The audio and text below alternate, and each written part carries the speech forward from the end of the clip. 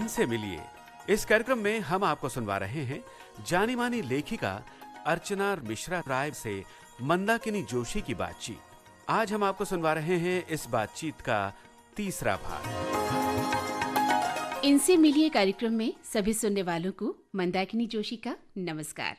अर्चना जी, आपका विविध भारती के स्टूडियो में बहुत बहुत स्वागत है। मैं बहुत हर्ष के साथ आपका स्वागत स्वीकार करती हूँ और अपने सभी श्रोताओं को मैं नमस्कार करती हूँ। जी शुक्रिया। एक कवि मन जो महसूस करता है, एक लेखक मन जो महसूस करता है, वही लिखता है। हाँ। तो आपके साथ कभी ऐसा हुआ कि कोई पात्र लिखते लिखते आपको इतना अभिभूत कर गया हो कि वही जैसा कि लगे कि ये मेरे साथ ही हुआ है, या ये क्यों हुआ, इसको मैं आगे कैसे बढ़ा सकती हूँ? बिल्कुल, मेरे साथ ऐसा हुआ। मेरे घर में जो सेविका आती हैं और उनके बच्चे, वो 1 जनवरी का दिन था और ऐसी घटना कुछ उनके घर में हो गई थी कि वो 2 दिन से भूखे थे और आए और हैप्पी न्यू ईयर मुझे बोला बच्चों ने, पर उनके सबके चेहरे पे मैंने देखा कि एक अजीब सी मायूसी है।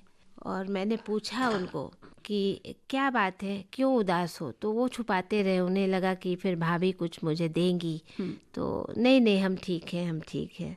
फिर मैंने ज़्यादा जोर दे के पूछा तो उन्होंने कहा घर में अन्न का एक भी दाना नहीं है भाभी जी, और हम और हमारे बच्चे पिछले 3-4 दिनों से भूखे हैं। हमारे पास पैसे भी नहीं है कि हम बड़ा पाव खरीद के खा सके। मैं इतनी द्रवित हुई उस बात से कि मेरी आंखें नम हो गई। मैंने कहा आप बैठ जाओ बस। मैंने उसी वक्त घर में फटाफट पूरी सब्जी बनाई और जैसे पंगत में बिठा के खिलाते हैं, उन 5-6 जो सदस्य थे घर के, उनको मैंने भोजन कराया। उसके बाद मैंने महसूस किया कि ये बच्चे कहीं ना कहीं पढ़ भी नहीं पा रहे हैं। तो मैंने कहा कि जब आप अपनी माताओं के साथ आते हैं, उनकी 2 माताएं थी, वो उनकी कहानी थी, तो आप अपनी किताबें लेके आइए, मैं आपको पढ़ाने का प्रयास करूंगी। जो भी ज्ञान मेरे पास है, तो हर दिन मैं उन्हें कुछ न कुछ सिखाती और उन्हें प्रेरणा देती। शिक्षा ही जीवन है, ये आपसे कोई छीन नहीं पाएगा। निवाला आज छीना है बेटा, लेकिन अगर आप पढ़ोगे तो कल इस ज्ञान से हर दिन आपको निवाला मिलेगा जी। एक बार मैंने उसे एक भाषण तैयार करवाया 26 जनवरी के मौके पे, तो उसने याद कर लिया और उसने स्पीच दिया अपने स्कूल में। उसके प्रिंसिपल ने उसको गले लगाया और कहा कि तू तो अटल बिहारी बन गया रे। तो वो रोता रोता एक गुलाब लेके मेरे पास आ गया और बोला आंटी मुझे पढ़ना है। तो उस दिन मुझे ऐसा लगा कि वो आग जो इसके मन में जलनी चाहिए थी वो जल गई है। अब ये पढ़ेगा। वो पढ़ा और आज अपने पूरे परिवार का ब्रेड बियरर है वो। जी। और हर गुरु पूर्णिमा पे वो मुझे मिलने आता है। क्या बात है। तो ये एक आग जलानी होती है जी। मेरा प्रयास रहता है कि मैं अपने आसपास के बच्चों को जो टीवी से नहीं जुड़े हैं, फिल्मों से नहीं जुड़े हैं, एक सामान्य तबके के लोग हैं, तो मैं उनके लिए नाटक लिखती हूँ। बाल नाटक बहुत सारे लिखे हैं मैंने, उन्हें पुस्तकाकार करना है मुझे, मेरा उद्देश्य है। और फिर उन्हें मंचित करवाती हूँ। और वो सारे विषय ऐसे होते हैं जो जीवन से जुड़े होते हैं और तत्कालीन होते हैं। आप एक बहुत ही बड़ा काम कर रही हैं बच्चों के साथ मिलकर। अगर आप बाल नाटक करती हैं जिनकी आज ज़रूरत भी है। अब साहित्य से निकलकर हम आते हैं आपकी टीवी की दुनिया की तरफ। दूरदर्शन के लिए आपने बहुत से धारावाहिकों का लेखन किया है, उनका निर्माण भी किया है। इसके बारे में थोड़ा विस्तार से बताइए। और धारावाहिकों का जो लेखन है, आपने कब से शुरू किया और किस तरह के धारावाहिक आप लिखती हैं? धारावाहिकों का लेखन मैंने विवाह के बाद, जब मेरे पति श्री मधुव्रत राय जी से मैं जुड़ी और वो इस क्षेत्र में पहले से ही थे, बहती गंगा नाम का एक प्रोजेक्ट हमें मिला। श्री रुद्र काशिकेय जी की ये रचना है बहती गंगा, कहानियों का संकलन है जो काशी हिंदू विश्वविद्यालय में पाठ्यक्रम में भी पढ़ाया जाता है। तो ये 17वीं सदी से लेके आज़ादी के पहले तक की कहानियाँ, बनारस के पृष्ठभूमि में वहाँ के स्वतंत्रता सेनानी थे, उनकी कहानियां हैं उसमें, काशी नरेश से लेके बाद तक। तो वो प्रोजेक्ट मिला और उसकी पटकथा लिख रहे थे, हमारा सौभाग्य था, डॉक्टर वसंत देव जी। आप जानती ही हैं, नेशनल अवार्ड विनर और इतने विद्वान पुरुष। उस वक्त मुझे उनके साथ इंटरेक्शन करने का मौका मिला। मैं कहानियाँ पढ़ती और फिर मधु जी के साथ मैं वहाँ जाती और कहानियों पे चर्चा होती। तो कभी कभी मधु मुझे रोकते भी कि उनके सामने मतलब इतने विद्वान हैं तो तुम ज़्यादा मत बोलो। तो वो सुन रहे होते थे मेरी बातें ध्यान से और कहते, मधु जी आप शांत रहिए, मैं उसकी बात सुन रहा हूँ। और वो बहुत अच्छा गहरी उन्होंने बात को पकड़ी है, नायक के चरित्र को समझा है जी। और मुझे बात करने दीजिए। हाँ। तो इस तरह से वो मुझे वसंत देव जी का Encourage बड़ा करते, स्नेह हाँ। मुझे मिला उसमें। और उस सीरियल में एक और घटना हुई कि उसका ड्रेस डिज़ाइन करने वाली थी वो भी नेशनल अवार्ड विनर माला डे जी। जी। तो वो अस्वस्थता की वजह से कुछ दिन पहले ही ऐसा हुआ कि वो नहीं कर पाएंगी इसे। तो मेरे पति मधु जी ने मुझसे पूछा कि क्या आप कर पाएंगी। मैंने एक बार तो सोचा कि ड्रेस डिजाइनिंग, लेकिन मैंने कहा चलो करते हैं। मैंने कहा ठीक है करती हूँ, क्योंकि वो पीरियड ड्रामा था। बिल्कुल। तो उस जमाने के ब्लाउज और हाँ। चौबंद पहनते थे हाँ। पुरुष। नीचे एक टेलर दंपति रहते थे जो मतलब परंपरा से टेलर थे। तो हाँ। बहुत गहरा ज्ञान था उनको। मैं गई और मैंने पूछा, राजू भाई आप मेरी मदद करेंगे? बोले हाँ भाभी क्यों नहीं। तो हम बस मलाड जाते, ढेर सारे बटन और लेस ये सब लेके आते, कपड़े लेके आते और फिर मैं उनको बताती कि ऐसा ब्लाउज फुल स्लीव का बनाओ, यहाँ पफ दो, हाँ। यहाँ लेस लगाओ। और हर सीन के हिसाब से मैंने ड्रेस डिज़ाइन करके उस सीन का पिनअप करके और वो अरे जो वाह। प्रोडक्शन की पेटी होती है उसमें मैंने सजा दी। तो फिर वो ड्रेस दादा को बड़ी सुविधा हो गई और कॉस्ट्यूम हो गया। फिर हुआ कि उसमें गाने थे, कहानियों के साथ गीत लिखे थे जी, उन्होंने। जी। और वो सारे बनारस की चैती कजरी, और चूंकि मैं बनारस में रही थी, हाँ, हाँ। लोक संगीत थोड़ा बहुत मैंने सीखा जी। था। तो मैं म्यूज़िक डायरेक्टर के साथ बैठती और फिर मैं उन्हें बताती कि इसकी धुन ऐसे होती है, इसकी धुन ऐसे होती है।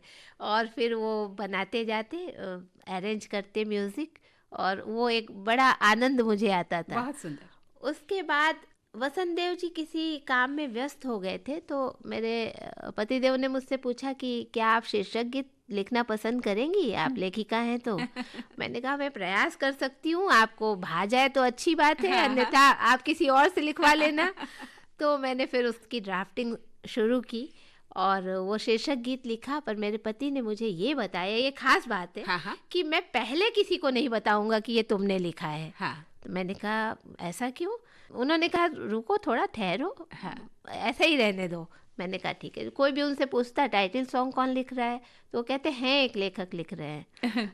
और रिकॉर्डिंग का जब दिन आया तो वहाँ पे सब लोग, जब रिकॉर्ड हुआ गाना, तो कहने लगे वाह डॉक्टर वसंत देव जी ने क्या शीर्षक गीत लिखा है। अच्छा। ये एक बहुत बड़ा कॉम्प्लीमेंट था मेरे लिए। जी। और रिकॉर्डिंग के बाद मधु ने सबको बताया कि अर्चना ने लिखा है। और वसंत देव जी ने भी सुना तो उन्होंने मुझे बहुत बहुत आशीर्वाद दिया, सराहना की मेरी। वो 4 पंक्तियां मैं सुनाना चाहती हूँ। वो डीडी नेशनल पे प्रसारित भी हुआ था उन दिनों, काफ़ी 95-96 की बात है। जी। देखो सदियों पुरानी कहानी है ये, बहती गंगा की जैसे रवानी है ये। वाह वाह। प्रेम करुणा घृणा सब समेटे हुए, देशभक्ति का साफा लपेटे हुए, इसमें किस्सा बयां है बनारस का सारा। वाह। है सुख दुख कहीं तो रुमानी है ये, बहती गंगा। बहुत सुंदर, बहुत सुंदर। तो ये दूरदर्शन के लिए पहला काम धारावाहिक का मैंने किया और इसमें 3 भूमिकाएं निभाई। उसके बाद हमने मेरा नाम जानकी बाई इलाहाबाद नाम की एक डॉक्यूमेंट्री बनाई। ये जानकी बाई वही हैं जिन्हें 56 छुरी के नाम से जाना जाता है। अच्छा, ठीक है। तो इनके शरीर पे 56 जगह छुरी के निशान थे, इसलिए इन्हें 56 छुरी कहा जाता था। और ये प्रसिद्ध साहित्यकार कवि श्री कैलाश गौतम जी की रचना थी। वो एक गुड़िया पत्रिका में छपी थी और हमने पढ़ी तो हमें लगा कि, और वो आकाशवाणी में ही कार्यरत थे तो परिचय भी था। तो उनसे बात की कि इस पे हम कुछ बनाना चाहते हैं। उन्होंने अपनी सहमति दी और फिर हम इलाहाबाद जाके ही लोकेशन पे हमने शूटिंग की उसकी।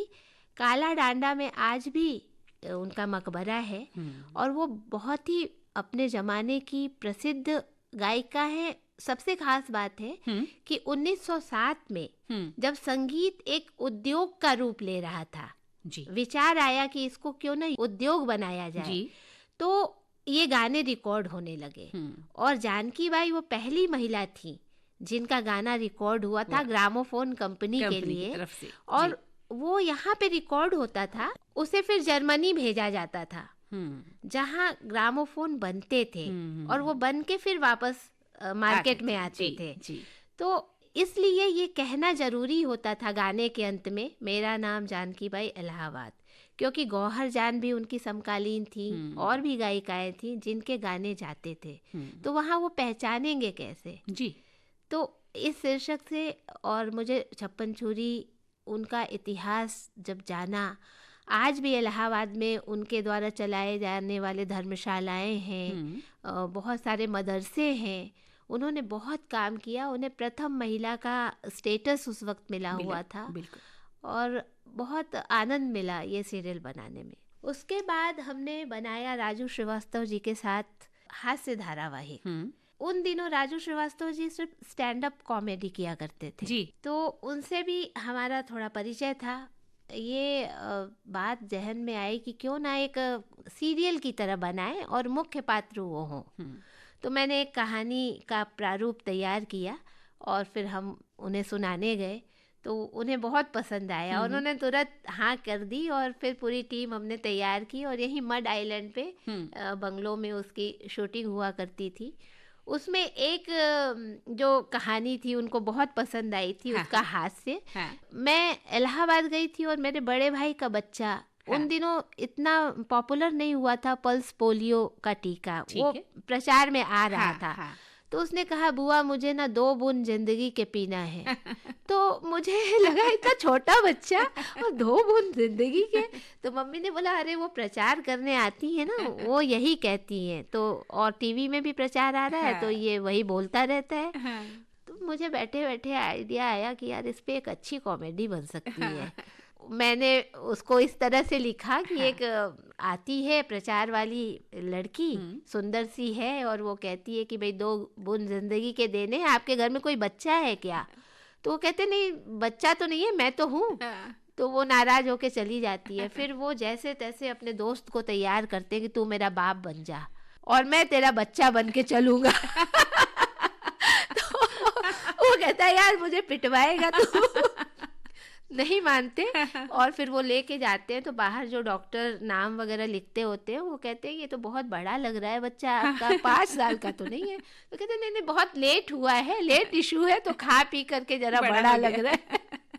तो वो जो लड़की गई है उसको कहने के लिए, वो भी उसे आश्चर्य से देख रही कि कहीं तो देखा है इसको। तो एक सबॉर्डिनेट उसके कान में कहता है कि ये वही है जहाँ वो कह रहा था कि मैं बच्चा हूँ। कहती है अच्छा बेटा, उसको अंदर ले जाती है, कहती है ऐसा इंजेक्शन दूंगी कि हिल नहीं पाओगे। 2 बूंद जिंदगी के पिलाती हूँ मैं तुम्हें। वो कहते हैं नहीं, और यहीं पे वो बहुत सुंदर।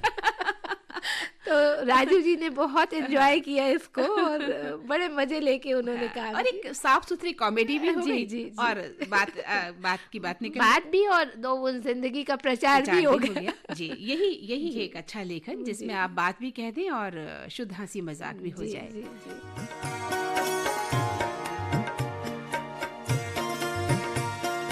आप सुन रहे थे जानी मानी लेखिका अर्चना मिश्रा राय से मंदाकिनी जोशी की बातचीत का 3रा भाग।